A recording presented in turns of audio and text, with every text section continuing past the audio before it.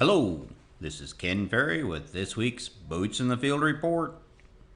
Started out this week in northwest Ohio in Defiance County with the Spatial Ag Group. Defiance and the neighboring counties have been classified a disaster area for good reason. There's no good way to sugarcoat it. Cropping conditions in Defiance County suck. 80% prevented plant on corn, 60% prevented plant on beans. Miles and miles of no crop.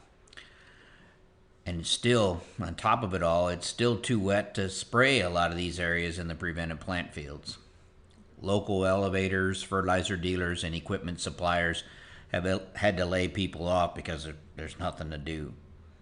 What little corn that was planted, looking good, but it's still 25-30 days from black layer.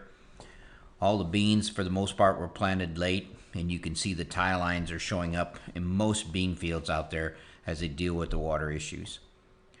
Ray says fall harvest will last 3 days. Unless they get both combines out, then they might be able to finish it in 1 day. In the trip back, I saw a lot of droughty corn from that Lafayette area all the way back to west of Gibson City that didn't make black layer before it gave up the ghost. Visiting some of these dry areas in Livingston County, I was surprised to see how many ears tipped down just 1 day of 90-degree temperatures. June planted corn with the ears tipped down due to drought stress isn't going to reach black layer. Now the corn will eventually put in what I call a gray layer. Yield and test weight will be significantly reduced. The beans are scalded on the light ground, and that'll put the hammer, of course, to the bean size, as those beans didn't get a chance to finish. In this area, you can also see what I call the edge scalding on some of the fields, mainly the south and west edges of the field that are next to that open area, whether it be a highway or whether it be a soybean field. Outside of the dry area, crops continue to move along. Seeing most of the April corn in that mid-20 range on moisture, and the May corn is just getting to black layer if it's not there already. The June corn seems to have slowed down. From Monday to Monday, looks more like 2 days instead of 7 on that starch line progression.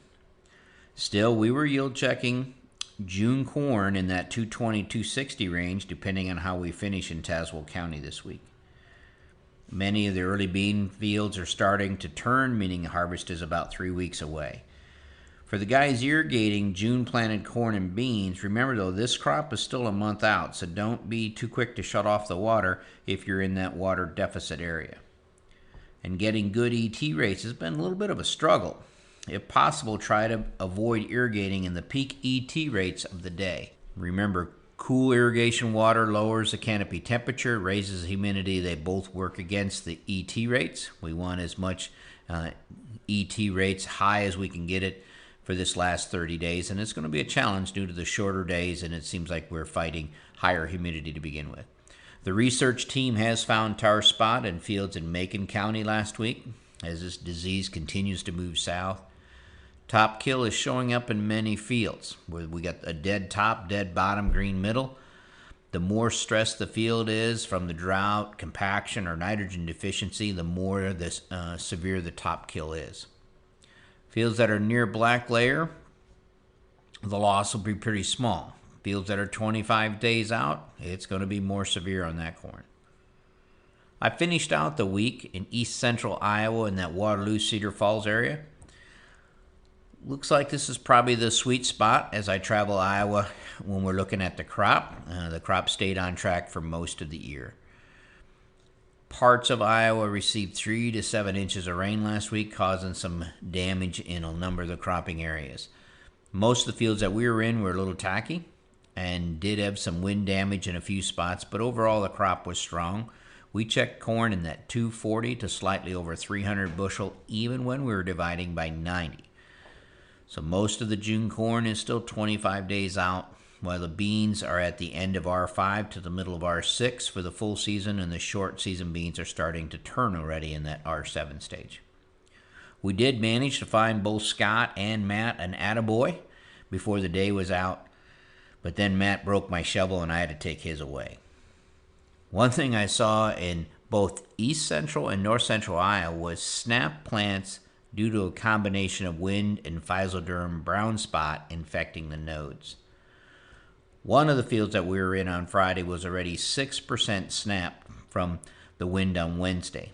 And it's tough seeing green stalks laying on the ground supporting nice ears.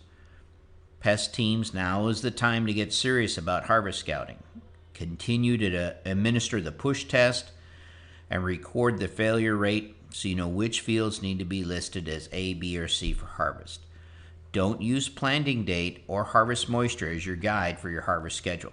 Look at that quality and what we got out there. In many areas, harvest will start next week. Don't forget to call in your harvested fields so the crews can stay on top of the soil testing.